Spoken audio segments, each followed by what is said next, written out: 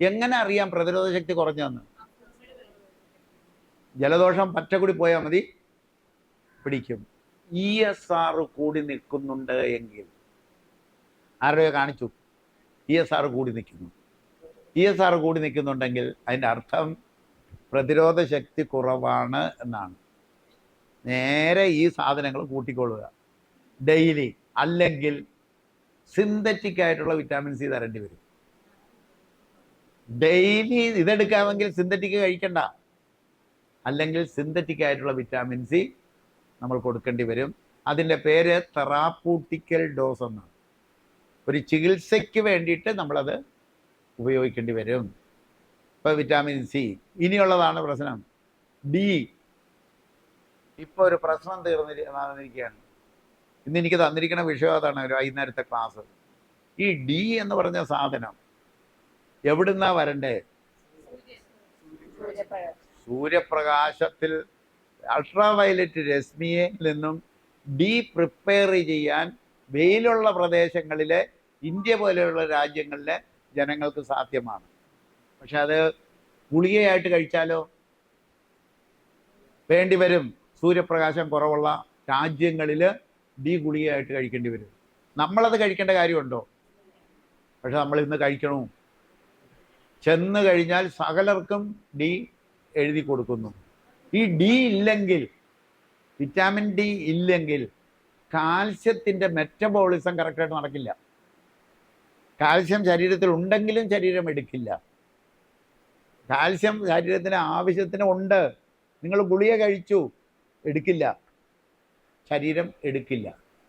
അപ്പം ശരീരത്തിന് ആ കാൽസ്യം മെറ്റബോളിസം, കാൽസ്യം നമ്മുടെ ശരീരത്തിൽ എല്ലിൻ്റെയും പല്ലിൻ്റെയും കരുത്തിന് വേണ്ടിയിട്ട് കാൽസ്യം നമ്മൾ കഴിച്ചാൽ അത് കറക്റ്റായിട്ട് ഫങ്ഷൻ ചെയ്യണമെന്നുണ്ടെങ്കിൽ ഡി വേണം. ഡി ഉണ്ടാക്കാനുള്ള കഴിവ് സൂര്യപ്രകാശം നമ്മുടെ ശരീരത്തിൽ നിന്ന് ഉണ്ടാക്കാം, സ്വയം ഉണ്ടാക്കേണ്ടതാണ്. അപ്പം ഇന്ത്യയിലുള്ളവർ ഡിയുടെ ഗുളിക കഴിക്കണോ വേണ്ടേ? ഇപ്പം ചെല്ലുന്ന സകലർക്കും ഡി എഴുതി കൊടുക്കുന്നുണ്ട്, കൊച്ചു പിള്ളേർക്കും എഴുതി കൊടുക്കുന്നുണ്ട്. കൂടാൻ ബിയും സിയും കഴിഞ്ഞാൽ മറ്റേ കൂടിയ കുഴപ്പമാണ്. വിറ്റാമിൻ ഡി കൊടുക്കണം എന്ന് കമ്പൽസറി ആക്കിക്കൊണ്ടിരിക്കുന്നു. തെറ്റാണ്, തെറ്റാണ്. അതായത് ആ കുഞ്ഞിന് പിന്നെ ജീവിതത്തിൽ വെയിൽ കിട്ടിയാലും ശരി ഡി ഉണ്ടാക്കാൻ ഉള്ള നോളജ് നഷ്ടപ്പെടും.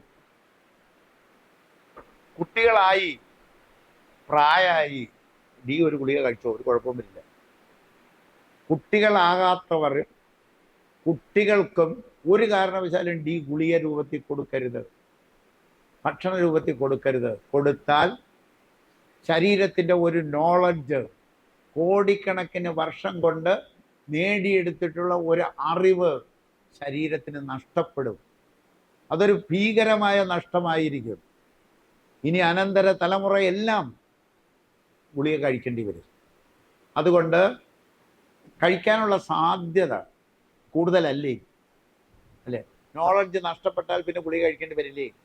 ഇപ്പോഴത്തെ കുഞ്ഞുങ്ങൾക്ക് വരെ കൊടുത്താൽ, ആധുനിക ചികിത്സാശാസ്ത്രത്തിൽ അത് കൊടുക്കുന്നുണ്ട്.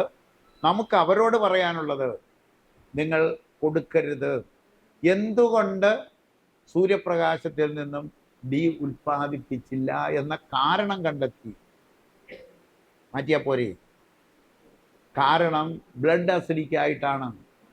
കാൽസ്യത്തിൻ്റെയും മഗ്നീഷ്യത്തിൻ്റെയും പ്രോപ്പർ യൂസേജ് കൊടുക്കാഞ്ഞിട്ടാണ്, ഫോസ്ഫറസ് ഇല്ലാഞ്ഞിട്ടാണ്. അതായത് ബ്ലഡിൻ്റെ അസിഡിറ്റി ഡി ഉണ്ടാക്കാൻ സമ്മതിക്കില്ല. അതുകൊണ്ടാണ് നിങ്ങൾ തന്നിരിക്കുന്ന കടലാസിൽ ഒരു സാധനം എഴുതിയിട്ടുണ്ട്, pH is the regulatory authority of the body. pH ആണ് അത് റെഗുലേറ്റ് ചെയ്യേണ്ടത്. ഉണ്ടാക്കണോ വേണ്ടേ? വേണം തീരുമാനിക്കുന്നത് രക്തത്തിൻ്റെ pH ആണ്. അപ്പം നമ്മളുടെ ശരീരം വെയിലുണ്ടായിട്ടും ഡി ഉൽപ്പാദിപ്പിക്കുന്നില്ലെങ്കിൽ എന്തായിരിക്കാം മെയിൻ കാരണം? നമ്മളുടെ ബ്ലഡ് അസിഡിക്കാണ്. എല്ലാ രോഗത്തിൻ്റെയും കാരണം pH ആണ്. അതല്ലേ നമ്മൾ? അപ്പോൾ ഡി ഉണ്ടാകാതിരിക്കാനുള്ള ഒരു കാരണം അതായില്ലേ? കാൽസ്യവും മഗ്നീഷ്യത്തിൻ്റെയും പോരായ്മ. അസിഡിറ്റി വന്നാൽ എന്താ തീരുക? കാൽസ്യം തീരും. നമ്മുടെ ശരീരത്തിൽ. എല്ലേന്നും പല്ലേന്നും കാൽസ്യം വലിച്ചെടുക്കും. അപ്പോൾ ഡി ഉണ്ടാക്കാനുള്ള സാധ്യത അവിടെ കുറയുന്നു. എല്ല്, പല്ല്. ഫോസ്ഫറസിൻ്റെ ഇല്ലായ്മ. ഫോസ്ഫറസ് ഉണ്ടെങ്കിലേ കാൽസ്യം ശരീരം എടുക്കൂ. ഫോസ്ഫറസ് ഉണ്ടെങ്കിലേ മഗ്നീഷ്യം ശരീരം എടുക്കൂ. മഗ്നീഷ്യം ഉണ്ടെങ്കിലേ കാൽസ്യം ശരീരം എടുക്കൂ. ഫോസ്ഫറസ് ഉണ്ടെങ്കിലേ ഇതും എടുക്കൂ. പരസ്പരം ബന്ധപ്പെട്ട് കിടക്കുന്ന ഒരു സാധനം. ഫോസ്ഫറസ് എവിടെ നിന്ന് കൊടുക്കാം? കാൽസ്യം മഗ്നീഷ്യം കൊടുക്കാം നമുക്ക്. എവിടെയുണ്ട്? ചേമ്പിൻ്റെ താളിലുണ്ട്, റാഗിയിലുണ്ട്, എല്ലാം കൊടുക്കാം. അല്ലെങ്കിൽ എന്താ, ഹോമിയോയുടെ കാൽസ്യം ഗുളികയുണ്ട്. പക്ഷെ ഫോസ്ഫറസ് എവിടെ നിന്ന് കൊടുക്കും? എള്ള്. അതിനാണ് ഈ എള്ള് എഴുതണേ. മനസ്സിലായില്ലേ? അതായത് കുക്കുംബറും കുടിച്ച് pH കറക്റ്റ് ചെയ്ത് കാൽസ്യം മഗ്നീഷ്യം കൊടുത്ത് എള്ളും കൂടി കൊടുത്താൽ ഡി ശരീരത്തിന് താനെ ഉണ്ടാക്കണം. ഗവേഷണം നടത്തുന്നത് എൻ്റെ ജോലിയല്ല. മനസ്സിലായില്ലേ? അത് പഠിച്ച സയൻറ്റിസ്റ്റുമാരുടെ ജോലിയാണ്. ഗവേഷണം നടത്തി നോക്കിയാൽ അറിയാം. അതായത് നിങ്ങളുടെ ബ്ലഡിൻ്റെ pH കറക്റ്റ് ചെയ്യണം, കാൽസ്യം കൊടുക്കണം, മഗ്നീഷ്യം കൊടുക്കണം, ഫോസ്ഫറസും കൊടുക്കണം. ഫോസ്ഫറസും കൊടുത്തു കഴിഞ്ഞാൽ ശരീരം സ്വയം ഡി ഉൽപ്പാദിപ്പിക്കും. എന്നാൽ എളുപ്പം എന്നതാ? ഒരു ഗുളിക എടുത്ത് വിഴുങ്ങണതാണ്. ഇതാണ് എല്ലാവരും ചെയ്തിരിക്കുന്നത്. പക്ഷേ അതുണ്ടാക്കുന്ന മനുഷ്യകുലത്തിനുണ്ടാക്കുന്ന ഒരു ദ്രോഹം എത്ര വലുതാണ് നമ്മൾ കരുതുന്നത്. ഇപ്പൊ പറയണത് വെയിലത്ത് നിൽക്കണമെന്നാണ്. വെയിലത്ത് നിൽക്കണ്ട. മനുഷ്യന്റെ അഗ്നി എന്ന് പറയുന്നത് ഇലയിൽ തട്ടി വരുന്ന പ്രകാശമാണ്. വെട്ടം മതി, സൂര്യപ്രകാശം നേരിട്ട് വേണ്ട. സൂര്യന്റെ വെട്ടം. പകല് നമ്മൾ വരാന്തയിൽ ഇറങ്ങിയിരുന്നാലും മതി. പകല് വരാന്തയിൽ ഇരുന്ന് പറഞ്ഞാൽ സൂര്യൻ പുറത്തുണ്ടെങ്കിൽ ഈ പ്രോസസ്സ് നടക്കണം. അപ്പോൾ ഡിയുടെ കാര്യത്തിൽ നമ്മൾ വളരെ ശ്രദ്ധിക്കണം. കഴിയുന്നത്ര നമ്മുടെ കുട്ടികൾക്ക് കൊടുക്കരുത്, കല്യാണം കഴിക്കാത്തവർക്ക് കൊടുക്കരുത്. അവരുടെ ശരീരം ഇത് കാൽസ്യം മഗ്നീഷ്യവും കൊടുത്ത് അസിഡിറ്റി മാറ്റാനുള്ള നടപടികൾ എടുക്കണം. എള്ളു കൊടുക്കണം. എന്തിനാണ്? കാൽസ്യം അബ്സോർവ് ചെയ്യണമെങ്കിൽ ഫോസ്ഫറസ് വേണം എന്ന അറിവ്, ശാസ്ത്രീയ അറിവുള്ളത് കൊണ്ടാണ്. ഇംഗ്ലീഷിൽ കാൽസ്യം മാത്രം തരും, ഫോസ്ഫറസിന് വേണേൽ വേറെ ഗുളിക വല്ലതും തരുമായിരിക്കും. അതല്ലേ? ഹോമിയോയിൽ അതല്ല, ഇത് ചെയ്യുന്നുണ്ട്. അതുകൊണ്ടാണ് നമ്മൾ അത് ഹോമിയോയുടെ അത് പ്രിഫർ ചെയ്യാനുള്ള കാരണം അതാണ്. ഒരു രക്ഷയില്ലെങ്കിൽ മറ്റേ കഴിച്ചോളാൻ പറയും. ഇംഗ്ലീഷ് തരുന്ന കാൽസ്യം ഗുളിക കഴിച്ചോളാൻ പറയും. പക്ഷേ എന്തുകൂടി കഴിക്കാൻ പറയും? എള്ളും കൂടി കഴിക്കാൻ പറയും. നിങ്ങളിപ്പോൾ വിദേശ രാജ്യങ്ങളിലുള്ളവർക്ക് ഈ ഹോമിയോ മരുന്ന് കിട്ടാത്തവർ എന്നെ വിളിക്കുന്നുണ്ട്. അവിടെ മറ്റേ കാൽസ്യം മാത്രമേ കിട്ടുള്ളൂ. എള്ള് കൂടി കഴിച്ചോളാൻ പറയും.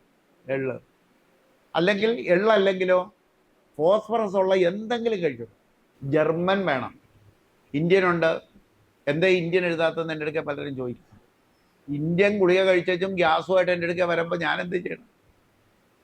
കാൽസ്യം വില പകുതിയേ ഉള്ളൂ ഇന്ത്യന്.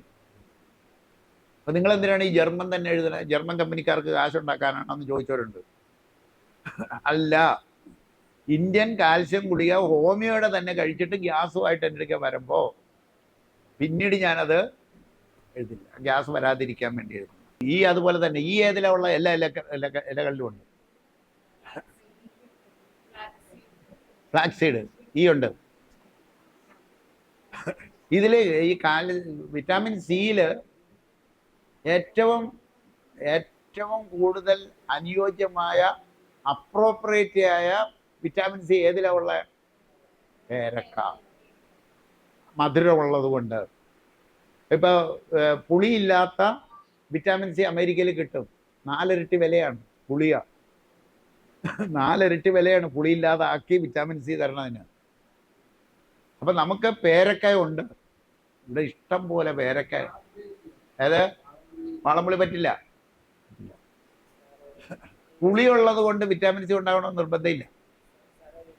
ചിലപ്പോൾ വാളംപുളിയുടെ ചനച്ചതിൽ ചിലപ്പോൾ കാണാം. ചനച്ചതിൽ കാണാം.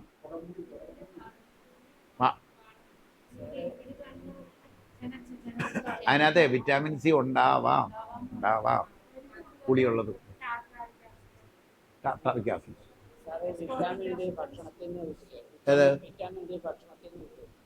ഭക്ഷണത്തിൽ കിട്ടും, ഭക്ഷണത്തിൽ കിട്ടും. അത് നമുക്കിവിടെ ഇല്ല ഭക്ഷണം വിദേശം. ഊണിന്ന് ചിലപ്പോൾ കിട്ടും.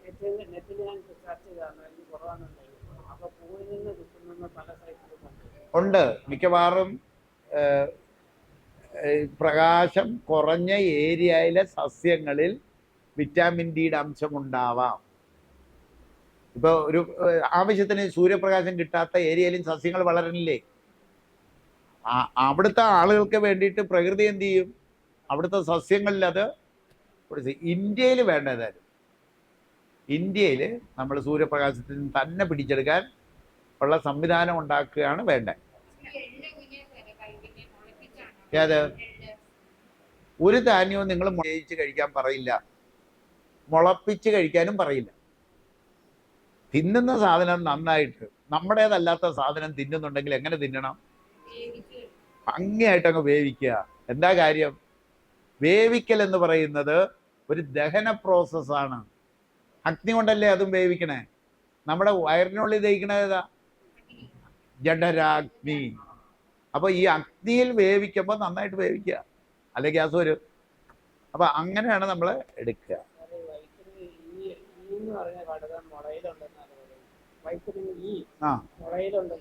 മുളകരിയിൽ, മുളകളിൽ കിളുന്ന സ്പ്രൗട്ട് എന്ന് പറയുന്ന സാധനം, അതുണ്ട്. ഏറ്റവും നന്നായിട്ട് കിട്ടുന്നത് ശതാവേരിയുടെ കിളുന്ന ഇതിൽ കിട്ടും. എല്ലാ ഇതിലും കിട്ടും. മുളകളിൽ മുളപ്പില്ലേ, അത് ഇപ്പൊ ഏതാണ്ട് ഒരു സാധനം ഉണ്ടല്ലോ, അതിനെന്താ മൈക്രോ ഗ്രീൻസ് എന്നും പറഞ്ഞിട്ട് മൈക്രോ ഗ്രീൻസ് കിട്ടും. അതിൽ നിന്ന് എടുത്തോളുക. അപ്പൊ വിറ്റാമിനുകളെ പറ്റി ഏതാണ്ട് ഒരു ഇത് പിടികിട്ടില്ലേ? തക്കാളി കഴിച്ചാൽ അതിന്റെ കുരുവിന്റെ പുറത്ത് കാൽസ്യം വന്ന് ചുറ്റിയിട്ടാണ് സ്റ്റോൺ. അങ്ങനെയാണ് ധരിക്കണേ. പേരക്കയുടെ കുരു ബ്ലഡ് വെസലിൽ പോയോ? പേരക്കയുടെ കുരു ദഹിച്ചില്ലെങ്കിൽ മലത്തിലൂടെ അത് വെളിയിൽ പോകും. തക്കാളിയുടെ കുരു ദഹിച്ചില്ലെങ്കിൽ അത് വെളിയിൽ പോകും. സ്റ്റോൺ ഉണ്ടാകാൻ കാരണം ബ്ലഡ് അസിഡിക് ആയിട്ടാണ്. കഴിക്കരുതെന്ന് പറയണതിന്റെ കാരണം എന്താണ്? അതിനൊരു പുളിയില്ലേ? തക്കാളിയുടെ പുളിയും നമ്മളുടെ അസിഡിറ്റി കൂട്ടാൻ സഹായിക്കുമെന്ന് അതുകൊണ്ടാണ് അവരത് കഴിക്കരുതെന്ന് പറയുന്നത്, അല്ലാതെ വേറെ കാര്യമില്ല. തക്കാളിയുടെ കുരുവിൻ്റെ പുറത്ത് ചുറ്റി സ്റ്റോൺ ഉണ്ടാകുമെന്ന് വിചാരിക്കണ്ട. തക്കാളിൻ്റെ കുരു സ്റ്റോൺ ഉണ്ടാക്കും, പേരക്കായുടെ സ്റ്റോൺ ഉണ്ടാക്കില്ലേ എന്നൊക്കെ ചോദിക്കാം. എന്നിട്ട് ഒരുപാട് പേഷ്യൻസ് ചോദിക്കുന്ന കാര്യമാണിത്. ഇല്ല, അസിഡിക് മീഡിയത്തിലെ ക്രിസ്റ്റൽ ഫോം ചെയ്യൂ. 7ാം ക്ലാസ് കെമിസ്ട്രിയാണ്. ഇത് തന്നെയാണ് നമ്മുടെ ശരീരത്തിൽ. ബ്ലഡ് അസിഡിക് ആണെങ്കിൽ എന്തൊക്കെ സംഭവിക്കും? ലിവർ കൊളസ്ട്രോൾ പ്രൊഡ്യൂസ് ചെയ്യും, മനസ്സിലായില്ലേ? എല്ലേന്നും പല്ലേന്നും കാൽസ്യം വലിച്ചെടുക്കും. ബ്ലഡിലേക്ക് കാൽസ്യം വന്നു, അവിടെ അസിഡിക്കാണ്, സ്റ്റോൺ ഉണ്ടാകും. സ്റ്റോൺ ഉണ്ടായില്ലെങ്കിൽ എന്ത് സംഭവിക്കും? സ്റ്റോൺ ബ്ലഡിലുണ്ട്, കൊളസ്ട്രോളും ഉണ്ട്. എന്ത് സംഭവിക്കും? രക്തധമനികളിൽ ക്ലോട്ടിങ് ഉണ്ടായി ചത്തുപോകും, ഹാർട്ട് അറ്റാക്ക് വന്നു. അപ്പൊ സ്റ്റോൺ ഉണ്ടാകണം എന്തിനു വേണ്ടിയിട്ടാ? ശരീരം ചെയ്യുന്നത് മുഴുവൻ നല്ല കാര്യങ്ങൾ മാത്രമാണ്. സ്റ്റോൺ ഉണ്ടാക്കുന്നത് നമ്മളെ രക്ഷിക്കാൻ വേണ്ടിയിട്ടാണ്. സ്റ്റോൺ ഉണ്ടായ വലിയ കുഴപ്പമൊന്നുമില്ല, അത് അവിടെ ഇരിക്കും, ഇച്ചിരി വേദനയൊക്കെ വരുമെന്നുള്ളതേ ഉള്ളൂ. ബ്ലോക്കായാലോ അപ്പൊ ചത്തുപോകും. അപ്പൊ ചത്തുപോകാതിരിക്കാനുള്ള എല്ലാ നടപടികളുമാണ് ശരീരം ചെയ്യണം. ഇത് നമുക്ക് മനസ്സിലാവണില്ല. നമ്മളെന്താ ചെയ്യുക? ഇത് നമ്മൾക്ക് കുഴപ്പക്കാരനാണ്, സ്റ്റോൺ ഉണ്ടാക്കണം. എന്താ സ്റ്റോൺ ഉണ്ടാക്കുന്നത് നല്ല കാര്യമാണ്, അതുകൊണ്ട് സ്റ്റോൺ നല്ലതാണെന്നാണോ പറഞ്ഞത്? അല്ല. അടുത്തത് മിനറൽസ് ആണ്. മിനറൽസ് വേണം, ആവശ്യത്തിനുള്ള മിനറൽസ് വേണം. മിനറൽസിൽ കാൽസ്യം, മെഗ്നീഷ്യം, ഫോസ്ഫറസ്, അയൺ, ഈ സാധനം ഭക്ഷണത്തിൽ ഉണ്ടായിരിക്കണം മെയിനായിട്ട്. ബാക്കി ഒരുപാട് ഡീറ്റെയിൽഡ് ആയിട്ട് പോകണ്ട. നമുക്ക് വേണ്ടത് കാൽസ്യം വേണം, മെഗ്നീഷ്യം വേണം, ഫോസ്ഫറസ് വേണം, അയൺ കണ്ടന്റ് വേണം. ഇതിൽ കാൽസ്യം ഏതിലുണ്ടെന്ന് എല്ലാവർക്കും അറിയാമല്ലോ. കാൽസ്യം ഏതിലൊക്കെ ഉണ്ട്? റാഗിയിലുണ്ട്, ചേമ്പിന്റെ താളിലുണ്ട്,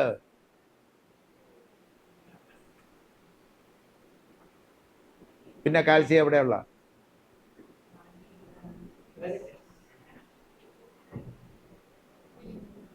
അത് വിറ്റാമിൻ സി. ആ കുരുവില്. കുരു ദഹിക്കില്ല, വെറുതെ പോണ സാധന. ചങ്ങലം പരണ്ട, ചങ്ങലം പരണ്ട, മുരിങ്ങ ഇല, അകത്തിയുടെ ഇല,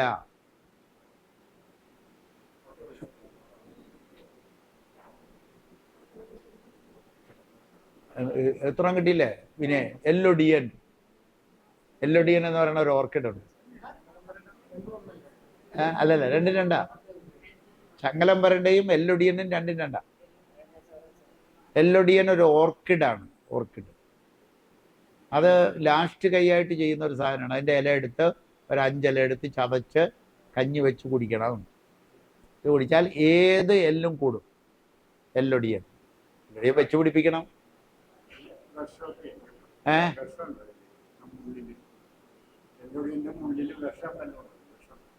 മുള്ളില്ല അതിന്, മുള്ളൊന്നുമില്ല.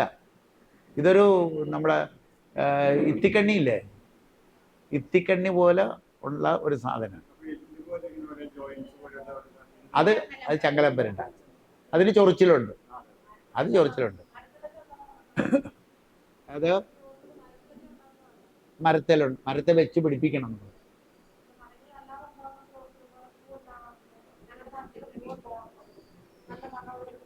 ഇതിനോ? എല്ലൊടിയനോ? പൂ കണ്ടിട്ടില്ല ഞാൻ. വള്ളിയായിട്ട് പോവുകയും നല്ല കട്ടിയുള്ള ഒരു സാധാരണ ഇലയുടെ ഒരു 4 ഇലയുടെ കട്ടിയും വരും. ചെറിയ ഇലകളാണ്. കൊണ്ടുവന്ന് കാണിച്ചു തരാം. അത് നിങ്ങൾക്ക് ഔഷധ സസ്യം പഠിപ്പിക്കുമ്പോൾ എല്ലൊടിയൻ കൂടി കണ്ട് കാണിച്ചു തരാം. എല്ലൊടിയൻ എന്ന് പറഞ്ഞ ഒരു ചെടി ഉണ്ടെന്ന് അറിഞ്ഞിരിക്കുക. ചങ്ങലം പരണ്ടയുടെ ചമ്മന്തി ഉണ്ടാക്കുക. ഉണ്ടാക്കിയ ആരെങ്കിലും? ഇല്ല. ആ മതി. അപ്പം കാൽസ്യം. ചേമ്പിൻ്റെ താള്, ചേമ്പിൻ്റെ താളിനകത്ത് കാൽസ്യം ഉണ്ട്. ഇപ്പോൾ ചേമ്പിൻ താള് കറി വയ്ക്കാം. മുരിങ്ങയില എങ്ങനെയാണ് നമ്മൾ കൊടുക്കുക കാൽസ്യത്തിന് വേണ്ടിയിട്ട്? ഒരു പിടി മുരിങ്ങയില 2 ഗ്ലാസ് വെള്ളത്തിൽ തിളപ്പിച്ച് 1 ഗ്ലാസ്സാക്കി വറ്റിച്ച് കുടിക്കാൻ പറയും ഡെയിലി. ഇല്ലെങ്കിൽ ഗുളിക കഴിക്കേണ്ടി വരും. അപ്പം കാൽസ്യം കൊടുക്കാമെന്ന് പറയും. മഗ്നീഷ്യം ഏതിലുണ്ട്? ഇഞ്ചി മഗ്നീഷ്യം ഉണ്ട്. അപ്പം എങ്ങനെ കൊടുക്കാതെ? ഇഞ്ചി തൈരായിട്ട് കൊടുക്കാം. കൊക്കോയിലുണ്ട്, കൊക്കോയിൽ മഗ്നീഷ്യം ഉണ്ട്. അത് മഗ്നീഷ്യം ഉണ്ടോ? എല്ലാത്തിലും ഉണ്ട്. പക്ഷേ ഈ ഇഞ്ചി സ്പെസിഫിക് ആയിട്ട് പറയാൻ കാര്യം എന്താ? ലെവൽ കൂടുതലാണ്. അതുകൊണ്ടാണ് ഒരു മരുന്ന് പോലെ കൊടുക്കാൻ പറ്റുന്നതാണ് നമ്മളിത് ഉപയോഗിക്കുക. ഫോസ്ഫറസ് എന്തിലുണ്ട്? എള്ളിലുണ്ട്. അയൺ എന്തിലുണ്ട്? ചീരകളിലെല്ലാം ഉണ്ട് അയൺ. പിന്നെ ഏതിലൊക്കെ ഉണ്ട്? പഴങ്ങൾ, മാതളം, മാതളപ്പഴം, ഈന്തപ്പഴം, ഉണക്കമുന്തിരിങ്ങ, പഴങ്ങളിൽ. ഇലകൾ ഏതൊക്കെ ഉണ്ട്? കയ്യൂന്നി ഇല, പുതിനയില, മല്ലിയില, കറിവേപ്പില.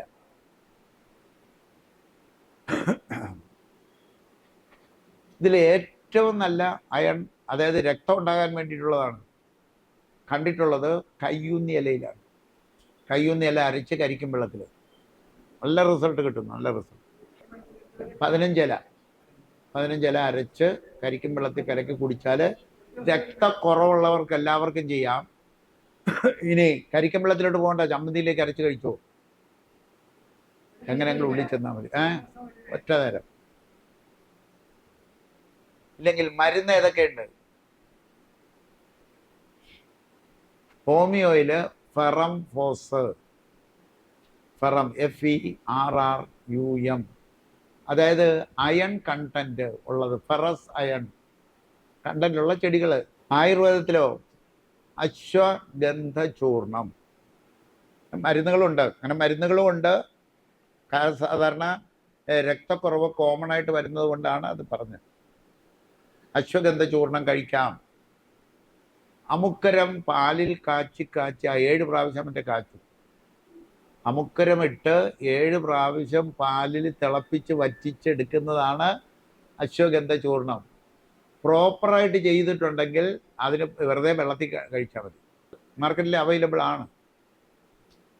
ഇല്ലെങ്കിൽ നല്ല അശ്വഗന്ധ ചൂർണം തരാം. എൻ്റെ ഒരു ഡോക്ടറുണ്ട്, ആയുർവേദ ഡോക്ടർ, സുന്ദരമായിട്ട് പറയണതൊക്കെ ഉണ്ടാക്കി തരും. പറയണ സാധനങ്ങൾ മുഴുവൻ ഉണ്ടാക്കി തരും. നമ്മളിപ്പോൾ ഈ ഷുഗറിനുള്ളത് പ്രമേഹദാഹശമനി ഞാൻ ആ ഡോക്ടറെ കൊണ്ടാണ്, ഡോക്ടർ ദേവിയെ കൊണ്ടാണ് ഉണ്ടാക്കിക്കുന്നത്. പിന്നെ ഇപ്പം നാരങ്ങാത്തൈലം ഉണ്ടാക്കിച്ചു. ഇനി ഒരു സോപ്പ് ഉണ്ടാക്കാൻ പോവുക. കുളിക്കുന്ന സോപ്പ്. യാതൊരുവിധ മണവുമില്ല, ഒരു നിറവും ഇല്ല, ദോഷമില്ല. കോസ്റ്റിക് സോഡ വേണം. സോപ്പ് ഉണ്ടാക്കണമെങ്കിൽ കോസ്റ്റിക് സോഡ കൂടിയ കഴിയും. അഡീഷണൽ ആയിട്ട് നമ്മൾ ചേർക്കുന്ന നിറത്തിന് ചേർക്കുന്ന കെമിക്കൽ ഉണ്ടാവില്ല, മണത്തിന് ചേർക്കുന്ന കെമിക്കൽ ഉണ്ടാവില്ല എന്ന് മാത്രം. ഉണ്ടാക്കുന്നുണ്ട്. ഏത് അത് എടുക്കാം. അതായത് നമ്മുടെ വെളിച്ചെണ്ണ അടിയുന്ന മട്ട് നല്ലതാണ്, തേങ്ങാപ്പിണ്ണാക്ക് നല്ലതാണ്, കടലമാവ് നല്ലതാണ്. ഇഞ്ചയും കൂടി തേച്ചാൽ മതി, സോപ്പ് വേണ്ട. ഇഞ്ച കൊണ്ട് തേച്ച് കുളിക്കാമെങ്കിൽ അത് നല്ലത്. അത് പോവും. വെളിച്ചെണ്ണ നല്ല സോപ്പ് ഉണ്ടാക്കണേ. വെളിച്ചെണ്ണയും കോസ്റ്റിക് സോഡയും കൂടി ചേർത്തിട്ടാണ് സോപ്പ് ഉണ്ടാക്കണേ.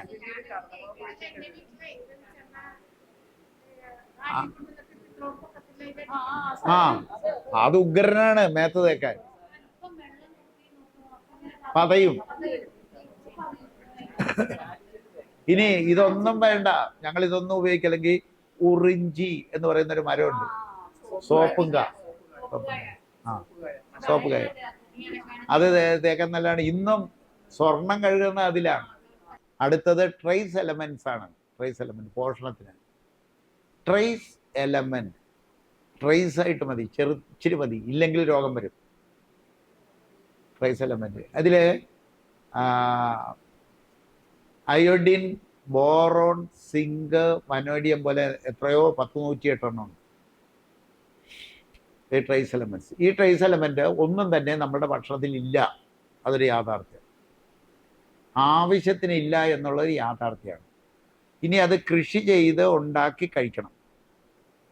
എങ്ങനെ ഉണ്ടാക്കാമെന്നുള്ളതാണ് എല്ലാം. അതിൻ്റെ രോഗങ്ങളാണ് വ്യാപകമായി കണ്ടുകൊണ്ടിരിക്കുന്നത്. പുതിയ ഓട്ടോ ഇമ്മ്യൂൺ ഡിസീസ് എന്നൊക്കെ പറഞ്ഞ് വരണത് ഏതോ ചില ട്രേസ് എലമെന്റ് ഇല്ലാഞ്ഞിട്ടാണ്. അപ്പോൾ അതിന് ചികിത്സയില്ലെന്നാ പറയണേ. അങ്ങനെയല്ല, ട്രേസ് എലമെന്റ് ഉണ്ടാക്കി കഴിക്കണം എല്ലാവരും. ട്രേസ് എലമെന്റ് ഉണ്ടാക്കാനായിട്ട് കടൽ വെള്ളത്തിലുണ്ട്, കടൽ കക്ക പൊടി മാർക്കറ്റിൽ ഇറക്കിയിട്ടുണ്ട്. ഈ രണ്ടും ഉണ്ടെങ്കിൽ ആവശ്യത്തിന് ട്രേസ് എലമെന്റ് നമുക്ക് ഉണ്ടാക്കാം. കടൽ വെള്ളം 1 ലിറ്റർ വെള്ളം എടുത്തിട്ട് 30 ലിറ്റർ വെള്ളം ഒഴിച്ച് ഡൈല്യൂട്ട് ചെയ്തിട്ട് തക്കാളിക്ക് ഒഴിച്ചു കൊടുക്കുക. തക്കാളി വളർത്തുക. ആഴ്ചയിൽ ഒരു ദിവസം 1 ലിറ്റർ തക്കാളിയുടെ ചോട്ടിൽ ഒഴിച്ചു കൊടുക്കുക. അങ്ങനെ ഉണ്ടെങ്കിൽ ഒരുമാതിരിപ്പെട്ട സകലതും തക്കാളിയിൽ വരും. പിന്നെ ഏതൊക്കെ വീട്ടിലുണ്ടാക്കാമെന്ന് നോക്കുക. വെണ്ടയുടെ ചോട്ടിൽ ഒഴിച്ചു കൊടുത്തൂടെ? ആ കിളുന്ന വെണ്ടക്ക പച്ചക്ക് കഴിച്ചൂടെ? കിളുന്ന വെണ്ടക്കയിൽ അയോഡിൻ ഉണ്ട്, ചെറിയ തോതിലാണുള്ളത്. എന്നാൽ കടൽ വെള്ളം ഒഴിച്ചു കൊടുത്താലോ വലിയ തോത് കൂട്ടാം. കുക്കുംബർ ഉണ്ടാക്കണം. അടുത്തത് കൃഷിയാണ് പഠിക്കാൻ പോണേ. അപ്പോൾ ഇത് കൃഷി ചെയ്യേണ്ടി വരും. അതിനും ഉണ്ടോ ഹോംവർക്ക്? ഇപ്പോഴത്തെ ഹോംവർക്ക് മുഴുവൻ ചെയ്യണുണ്ടോ? ഹോംവർക്ക് ചെയ്തുകൊള്ളണം, ഇല്ലെങ്കിലുള്ള ദൂഷ്യം വരാൻ പോകുന്നു. താമസിയാതെ തന്നെ വരും. അത് നിങ്ങൾക്ക് എല്ലാവർക്കും ഇട്ടുതരാൻ പറഞ്ഞിട്ടുണ്ട്. ആർട്ടിഫിഷ്യൽ ഇൻ്റലിജൻസ് മനുഷ്യനെ വേറൊരാൾ വിചാരിക്കുന്ന രീതിയിൽ ചെയ്യിക്കും നമ്മളെ കൊണ്ട്. എന്ന് പറഞ്ഞാൽ നമ്മൾ ആരായി? അടിമയാണ്. ലോകത്തുള്ള സകല മനുഷ്യരെ ഒരാളെ അവർ ടാർഗറ്റ് ചെയ്യും. ഒരാളെ ടാർഗറ്റ് ചെയ്തിട്ട് ആ ആളെ അടിമയാക്കണമെങ്കിൽ അവർക്കാക്കാം. ആ ലെവലിലേക്ക് ടെക്നോളജി കുതിച്ചു പോവുകയാണ്. നമ്മൾ വിചാരിക്കും ഇതൊക്കെ ഭയങ്കര സൗകര്യമാണ്, നല്ല സൗകര്യമാണ്. ഇത് കയ്യിലെടുക്കുമ്പോൾ എൻ്റെ പുറത്ത് അവർക്ക് ബോംബിടാൻ പറ്റും. മനസ്സിലായില്ലേ? നിങ്ങൾക്കെല്ലാവർക്കും ഒരു കുഴപ്പം വരില്ല. എന്നെ മാത്രം ടാർഗറ്റ് ചെയ്യാൻ ഇത് കൈകൊണ്ടെടുത്താൽ മാത്രം ഞാൻ എവിടെ ഇരിക്കുന്നു എക്സാക്ട് സ്പോട്ടിൽ തകർക്കാൻ പറ്റുമവർക്ക്. അത്രയ്ക്ക് ടെക്നോളജി ഡെവലപ്പ് ചെയ്യുന്നു. അപ്പം നമ്മളെന്താ ചെയ്യാൻ പറ്റുക? അതാണ് ഇനി പഠിക്കാൻ പോകുന്ന സാധനം. ആസ്ട്രേലിയയിൽ നിന്ന് വന്ന കോട്ടയത്തെ ഒരു സ്ത്രീയുടെ എടുത്ത് എല്ലാവർക്കും ഇടാൻ ഞാൻ പറഞ്ഞിട്ടുണ്ട്, ഗ്രൂപ്പിലിടാൻ പറഞ്ഞിട്ടുണ്ട്. കാരണം എന്തിന് നമ്മൾ എക്സർസൈസും ശംഖുലിയും ചെയ്യണം? ഇത് ചെയ്യാതെ നമുക്ക് അല്ലെങ്കിൽ നമ്മളെ പിടിച്ച് അടിമയാക്കും. അവർ പറയണതൊക്കെ നമ്മൾ ചെയ്യുകയും ചെയ്യും. ആര് ചെയ്യണതായിട്ടാണ് തോന്നണേ? നമ്മൾ സ്വന്തം നിലയിൽ ചെയ്യണതായിട്ടാണ് നമുക്ക് തോന്നണേ. പക്ഷേ ആരോ ഇരുന്ന് നമ്മളെ കൺട്രോൾ ചെയ്യുകയാണ്. എത്ര അപകടകരമായിരിക്കുമെന്ന് ചിന്തിച്ചാൽ മാത്രം മതി. മറ്റൊന്ന് അറിഞ്ഞിരിക്കേണ്ടത് സോഡിയം പൊട്ടാസ്യം ഇലക്ട്രോലൈറ്റ് എന്ന് പറയുന്ന ഒരു സാധനം. സോഡിയം എവിടെയുണ്ട്? അയഡൈസ്ഡ് സാൾട്ടിലല്ല, കല്ലുപ്പിലുണ്ട്. കല്ലുപ്പ്. പൊട്ടാസ്യം എവിടെയുണ്ട്? വാഴപ്പഴങ്ങളിലുണ്ട്, കൂടുതൽ കരിക്കും വെള്ളത്തിലുണ്ട്. സോഡിയം പൊട്ടാസ്യം റേഷ്യോ മെയിൻറ്റെയിൻ ചെയ്തുകൊണ്ടേയിരിക്കണം, അല്ലെങ്കിൽ നമ്മൾ ബോധം കെടും. സോഡിയം കുറഞ്ഞു പോയാൽ ബോധം കെട്ടു പോകും. പൊട്ടാസ്യം കൂടിയാൽ കുഴപ്പം, കുറഞ്ഞാൽ കുഴപ്പം. സോഡിയം കൂടിയാൽ കുഴപ്പം, കുറഞ്ഞാൽ കുഴപ്പം. ഇതിൻ്റെ റേഷ്യോ കറക്റ്റ് ചെയ്ത് നിർത്തണം. നിർത്തണമെന്നുണ്ടെങ്കിൽ ബ്ലഡിൻ്റെ pH കറക്റ്റ് ആയിരിക്കണം. എത്ര ഇമ്പോർട്ടൻ്റ് ഉണ്ടെന്നുള്ളത് അറിഞ്ഞാൽ മതി. ബ്ലഡിൻ്റെ pH കറക്റ്റ് ആയിരിക്കണം, എങ്കിലേ അതിൻ്റെ റേഷ്യോ. ഇപ്പം നമുക്കൊരു കുഴപ്പം പറ്റിയിട്ടുണ്ട്, സോഡിയം കുറഞ്ഞു പോകുന്ന ഒരു രോഗം വന്നിട്ടുണ്ട്. ഇതിനെന്താ പരിഹാരം? കരിക്കിൻ്റെ വെള്ളത്തിൽ ഒരു സ്പൂൺ കല്ലുപ്പിട്ട് കുടിപ്പിക്കുക. അതായത് കരിക്കിൻ വെള്ളത്തിൽ പൊട്ടാസ്യം റിച്ച് ആണ്, അവോക്കാഡോയിൽ പൊട്ടാസ്യം റിച്ച് ആണ്. അപ്പോൾ ഇതിനകത്ത് ലേശം കല്ലുപ്പും കൂടി ഇട്ട് കുടിപ്പിച്ചാൽ ആ റേഷ്യോ മെയിൻറ്റെയിൻ ചെയ്യാൻ ശരീരത്തിന് പറ്റും. എന്തുകൂടി കുടിക്കണം? കുക്കുംബർ കൂടി കുടിക്കണം. അപ്പം അത്രയും കാര്യം പോഷണത്തിൽ അറിഞ്ഞാൽ മതി. അടുത്തത് ഏതാ? അടുത്തത് ശോധനം, സന്തുലനം, പോഷണം, ചലനം. ചലനത്തിനാണ് എക്സർസൈസ്. മനസ്സിലല്ലേ? സോഡിയം പോവും, ആശുപത്രി പോകേണ്ടി വരും. അത് കഴിക്കാൻ എന്തിനാ കഴിക്കണേ? തൈറോയ്ഡ് വരാതിരിക്കണം, വരികയും ചെയ്യും. അപ്പൊ പിന്നെ എന്തിനാ കഴിക്കണേ? അയഡിൻ ചേർത്തിട്ടുണ്ടെന്ന് അതിനകത്ത്, കെമിക്കൽ അയഡിനാണത്. അത് ശരീരത്തിന് ഗുണകരമല്ല. അതുകൊണ്ടാണ് അത് സ്പ്രിങ്കിൾ പോലെ വീഴണം എന്നല്ല എൻ്റെ പേര്, സ്പ്രിങ്കിൾ. അതായത് പഞ്ചസാര പോലെ ഉപ്പ് വീഴണമെന്നാണ് ആരുടെ ആഗ്രഹം? നമ്മുടെ ആഗ്രഹം. അപ്പൊ കമ്പനിക്കാരൻ എന്ത് ചെയ്യും? അതുപോലെ ഉണ്ടാക്കി തരും. അപ്പൊ അതിനകത്ത് നിന്ന് എന്ത് മാറ്റണം? മഗ്നീഷ്യം മാറ്റണം. മഗ്നീഷ്യം ഇരുന്ന് അലുക്കും, അലുക്കാതിരിക്കാൻ മഗ്നീഷ്യം മാറ്റും. മഗ്നീഷ്യം മാറ്റുന്ന പോലെ കുറേ സാധനങ്ങളൊക്കെ മാറ്റിയതാണ്. അപ്പൊ സോഡിയത്തിൻ്റെ എന്ത് പറ്റി? ബാലൻസ് തെറ്റി. ബാലൻസ് തെറ്റിക്കഴിഞ്ഞാൽ സോഡിയം രക്തത്തിൽ പിടിച്ച് നിൽക്കില്ല. മൂത്രത്തിലൂടെ, വിയർപ്പിലൂടെ അത് പോകും. സോഡിയം മുഴുവൻ വെളിയിൽ പോകും. സോഡിയം കുറയും. സോഡിയം വേണം. ലവണങ്ങൾ, സോഡിയം പൊട്ടാസ്യം, അത് മെയിൻറ്റെയിൻ ചെയ്തു കൊള്ളണം. ചലനം എന്ന് പറയുന്നത് എക്സർസൈസാണ്. എക്സർസൈസ് ഇപ്പം നമ്മളുടെ ഏറ്റവും വളരെ ഫേമസ് ആയിട്ടുള്ള എക്സർസൈസ് ഏതാ? ഇന്നലെ ഇരുന്നതിൻ്റെ ദിവസം യോഗ. യോഗയിൽ എന്തുകൂടി ചേരണം? നമ്മൾ പഠിക്കുന്ന എക്സർസൈസ് കൂടി ചേരണം. അപ്പം നമ്മളുടെ യോഗ മാസ്റ്റർ ചിലപ്പോൾ അത് ചേർക്കാൻ പോവുക. സിലബസിൽ ചേർക്കണം. യോഗയുടെ സിലബസിൽ നമ്മുടെ എക്സർസൈസ് ടാർഗറ്റ് ചെയ്യുന്നത് മാലിന്യ നിർമ്മാർജ്ജനം മാത്രമാണ്. മാലിന്യം ശരീരത്തിൻ്റെ പിന്നെ എന്താ വഴക്കം ശരിയാക്കാനുള്ളതല്ല, അതെ, മാലിന്യ നിർമ്മാർജ്ജനത്തിനുള്ള സാധനമാണ് ചെയ്യുക. അപ്പം അതിൽ 3 സ്റ്റേജസ് ഉണ്ട്. ഏത് സ്റ്റേജ് വരെ പഠിച്ചു? 2 സ്റ്റേജ്. ഇന്ന് 7ആയി. അടുത്ത ആഴ്ച 3ാമത്തെ സ്റ്റേജിലേക്ക് കയറും. അടുത്ത ആഴ്ച 3ാമത്തെ സ്റ്റേജിലേക്ക് കയറും. അതിൽ 3 ഭാഗങ്ങളാണ് എക്സർസൈസിനുള്ളത്. 3 ഭാഗങ്ങൾ എക്സർസൈസിന്. ഒന്ന് അരണിക്കടയൽ. ഇപ്പം നിങ്ങൾ പഠിച്ചുകൊണ്ടിരിക്കുന്നത് അരണിക്കടയലാണ്. ശരീരത്തിനെ ഒന്ന് എന്താ വാമിങ് അപ്പാണ്. വാമിങ് അപ്പ്, എക്സർസൈസ് ചെയ്യാൻ തയ്യാറാക്കൽ. രണ്ടാമതെന്താ? പാലാഴി മഥനം. നമ്മുടെ ശരീരത്തിൽ എവിടെ പാലാഴി? പറഞ്ഞതാണ് ഞാൻ. തലച്ചോറ്. ആ തലച്ചോറിനെ കടഞ്ഞ് അതിനകത്തു നിന്ന് എന്ത് കളയണം? കാളകൂട വിഷം മുഴുവൻ കളയണം. അതിന് വേണ്ടിയിട്ടാണ് 2ാമത്തെ സ്റ്റേജ് വരിക. 3ാമത്തെ ഇത് തിരുവിളയാടൽ. തിരുവിളയാടൽ എന്ന് പറഞ്ഞാൽ എന്താ? നടരാജ നൃത്തമാണ്. പരമ്പരാഗതമായി നടരാജ നൃത്തം. അത് എക്സ്ട്രീം സയൻസാണ്. എക്സ്ട്രീം സയൻസാണ്. അതിൻ്റെ പുസ്തകം ഞാൻ കൊണ്ടുവന്ന് കാണിക്കാം. നടരാജ നൃത്തത്തിൻ്റെ നല്ല പുസ്തകം അത്. ബോഡി ഇലക്ട്രിക് എന്ന് പറയുന്നൊരു പുസ്തകമുണ്ട്. ബോഡി ഇലക്ട്രിക്, നിങ്ങൾ യൂട്യൂബ് നെറ്റിൽ കിട്ടും. ബോഡി ഇലക്ട്രിക് എന്ന് പറയുന്നൊരു പുസ്തകം. അത് നന്നായിട്ട് ഇരുന്ന് വായിച്ചാൽ നടരാജ നൃത്തം എന്താണെന്ന് മനസ്സിലാവും. നടരാജ നൃത്തത്തിൻ്റെ പൊരുളറിയാൻ ബോഡി ഇലക്ട്രിക് 1985 ഇറങ്ങിയ പുസ്തകമാണ്.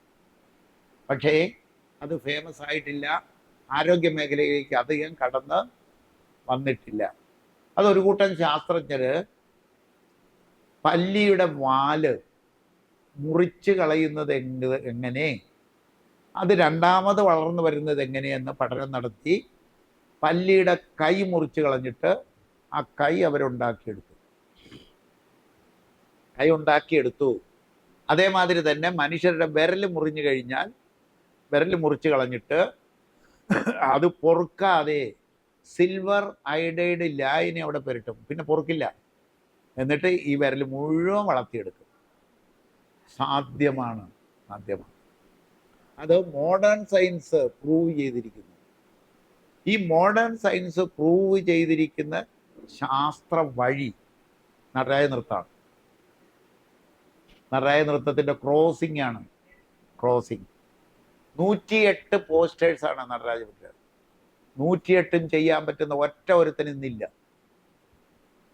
മനസ്സിലെ കുഞ്ഞിലേ മുതൽ ഇത് റഷ്യക്കാര് ബാലെ പഠിച്ചവർ വേണം ചെയ്യും. അവരെ ഒന്ന് പഠിപ്പിച്ചാൽ മതി. ബാലെ നൃത്തം വശത്താക്കിയിട്ടുള്ള റഷ്യക്കാർക്ക് അത് പെട്ടെന്ന് ചെയ്യാൻ പറ്റും. നമ്മുടെ ആൾക്കാർക്ക് അതിനകത്ത് കോൺസെൻട്രേറ്റ് മെനക്കെടാൻ കഴിയില്ല. വേറെ കാര്യമൊന്നുമില്ല. നമ്മുടേതാണ് ആ സാധനം. പക്ഷെ കുഞ്ഞിലേ മുതൽ മെനക്കെട്ട് അതിനെ വികസിപ്പിച്ചെടുത്ത് അതൊരു ആരോഗ്യ പദ്ധതിയാക്കി കൊണ്ടുവരാനായിട്ട് കഴിഞ്ഞിട്ടില്ല. നമ്മളെന്തായാലും അത് എടുക്കാം. അത് സ്വയം മറന്നാടുമ്പോൾ ആനന്ദം കിട്ടാനുള്ള വഴിയാണ്. നടരാജ നൃത്തം എന്ന് പറയുന്നത് ആനന്ദ നൃത്തം എന്ന് എഴുതി വെച്ചിട്ടുണ്ട്. അതിനെ പ്രപഞ്ച നൃത്തമെന്നും എഴുതി വെച്ചിട്ടുണ്ട്. പ്രപഞ്ചം ഒന്നടങ്കം ഒരു നൃത്തത്തിലാണ് എന്ന് പറഞ്ഞാൽ പ്രപഞ്ച ചലനം ഏതോ ഒരു നൃത്തം പോലെയാണ്. ആറ്റത്തിനകത്ത് നടക്കുന്നതും അതേ ചലനമാണ്.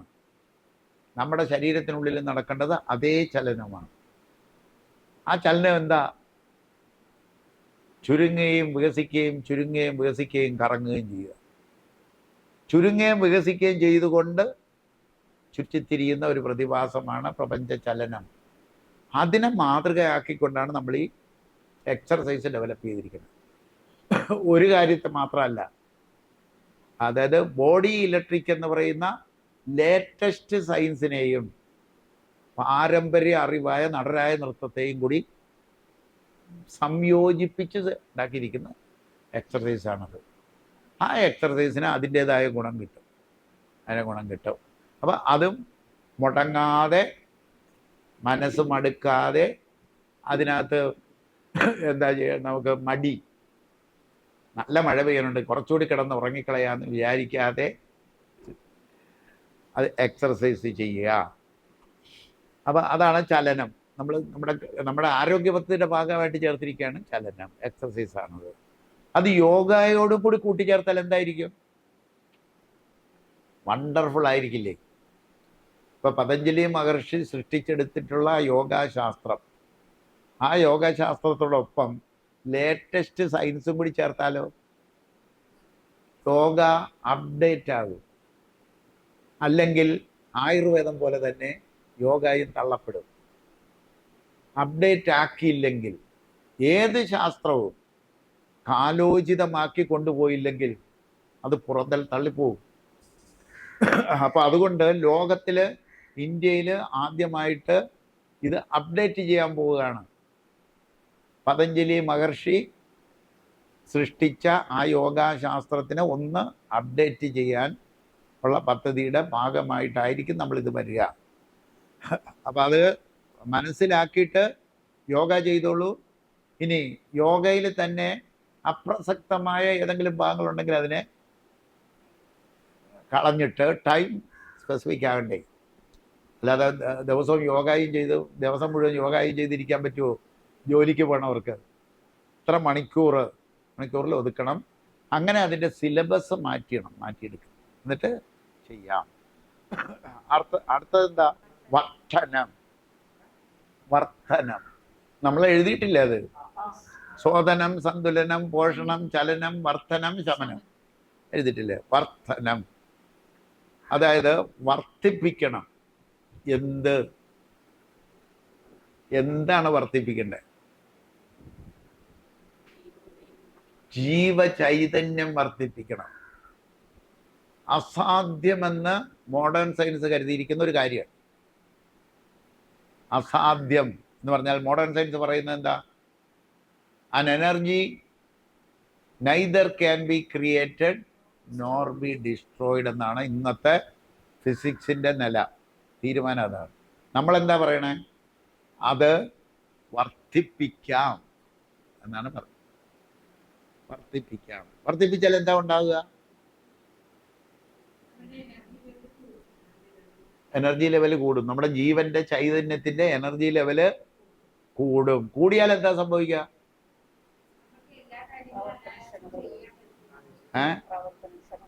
പ്രവർത്തനക്ഷമത കൂടും. പിന്നെ ആയുസ് കൂടും. ആയുസ് തീരുമാനിക്കുന്നത് നമ്മളായിരിക്കും. ഓരോ മനുഷ്യനുമാണ് അവരവരുടെ ആയുസ് തീരുമാനിക്കുക. അതായത് ക്രോണോളജിക്കൽ ഏജ്, ബയോളജിക്കൽ ഏജ്, രണ്ട് ഏജാണ്. Chronological age, CHRONO, chronological age. അതെന്തായത്? അത് നമ്മുടെ വയസ്സാണ്.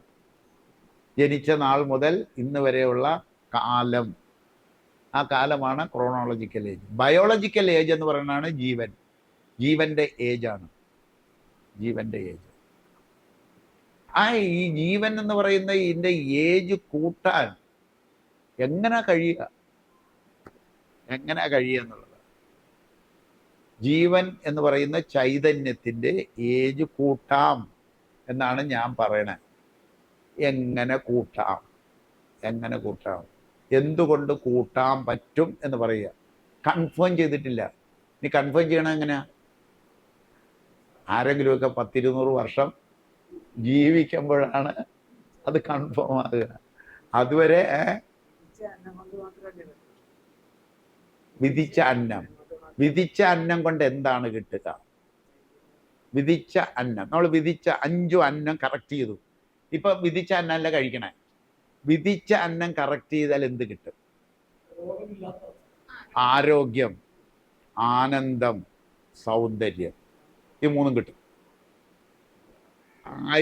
ആരോഗ്യം, ആനന്ദം, സൗന്ദര്യം വിധിച്ച അന്നത്തിലൂടെ ലഭ്യമാണ്.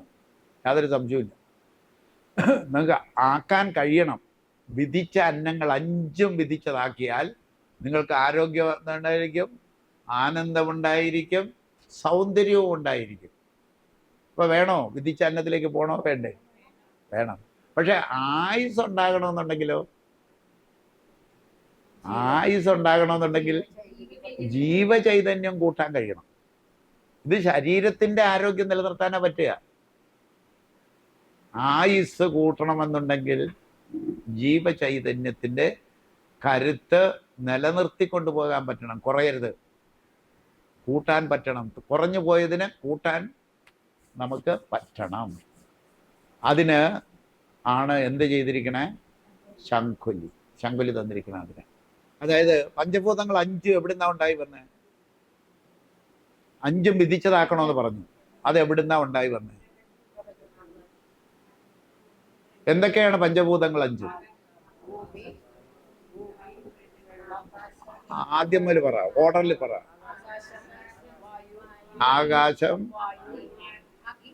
ആകാശം, അഗ്നി, വായു, വെള്ളം, ഭൂമി. ഇത് 5ആണെന്ന് നമുക്ക് അറിയാലോ. അതിൽ ആകാശം എന്ന് പറയുന്നത് ഏത് ഭൂതാണ്? ശബ്ദമാണ്. ശബ്ദത്തിൽ നിന്നാണ് അഗ്നി, അഗ്നിയിൽ നിന്നാണ് വായു, വെള്ളം, ഭൂമി. അപ്പോൾ ഈ ശബ്ദം എന്ന് പറയുന്നത് 6 എനർജികളാണെന്ന് പഠിച്ചില്ലേ? 6 എനർജികളാണ്. അപ്പോൾ 6 എനർജികളിൽ നിന്നുമാണ് പഞ്ചഭൂതങ്ങൾ 5ഉം ഉണ്ടായി വന്നത്. ആ പഞ്ചഭൂതങ്ങൾ 5ഉം നമ്മൾ കഴിക്കുന്നു. പഞ്ചഭൂതങ്ങൾ 5ഉം നമ്മൾ കഴിക്കുകയാണ്. അതായത് ശബ്ദത്തിൽ നിന്നും ഉണ്ടായ പഞ്ചഭൂതങ്ങൾ 5ഉം ശബ്ദം ഉൾപ്പെടെ നമ്മൾ കഴിച്ചു നിൽക്കുന്നു. പ്രകൃതിയിലുണ്ടായ ശബ്ദങ്ങളെല്ലാം കഴിച്ച് നമ്മൾ ജീവിക്കുന്നു. എന്നാൽ ആന്തരിക ആകാശത്തിൽ നമ്മൾ ശബ്ദമുണ്ടാക്കിയാൽ അത് ഡയറക്റ്റ് എനർജിയാണ്. പഞ്ചഭൂതങ്ങൾ 5ഉമോ ഇൻഡയറക്റ്റ് എനർജിയാണ്. പിടികിട്ടിയോ? അത് ഇൻഡയറക്റ്റ് എനർജി ശരീര നിർമ്മിതിക്ക് വേണ്ടിയിട്ടുള്ളതാണ്. ഡയറക്റ്റ് എനർജി ആണ് ഇത് ചെയ്യേണ്ടത്. Direct energy and indirect energy, ഇത് രണ്ടും വേണം. നാളിതുവരെ നമ്മൾ കൊടുത്തിട്ടുള്ളത് ആർക്ക് വേണ്ടിയിട്ടാണ്? ശരീരത്തിന് വേണ്ടി മാത്രമേ ഭക്ഷണം കൊടുത്തിട്ടുള്ളൂ, അന്നം കൊടുത്തിട്ടുള്ളൂ. ജീവന് വേണ്ടിയിട്ട് ഒരു അന്നം കൊടുക്കുന്ന പദ്ധതി ആരും ആലോചിച്ചിട്ട് പോലുമില്ല. നമ്മളിപ്പോൾ പറയുകയാണ് ജീവന് കൂടി ഭക്ഷണം കൊടുക്കണം. ആ ജീവന് എന്താ ചെയ്യണേ? ഒരു കുഞ്ഞ് മണ്ണ് വാരി അപ്പം ചുട്ട് കളിക്കുമ്പോൾ കുഞ്ഞെന്താ ചെയ്തേ?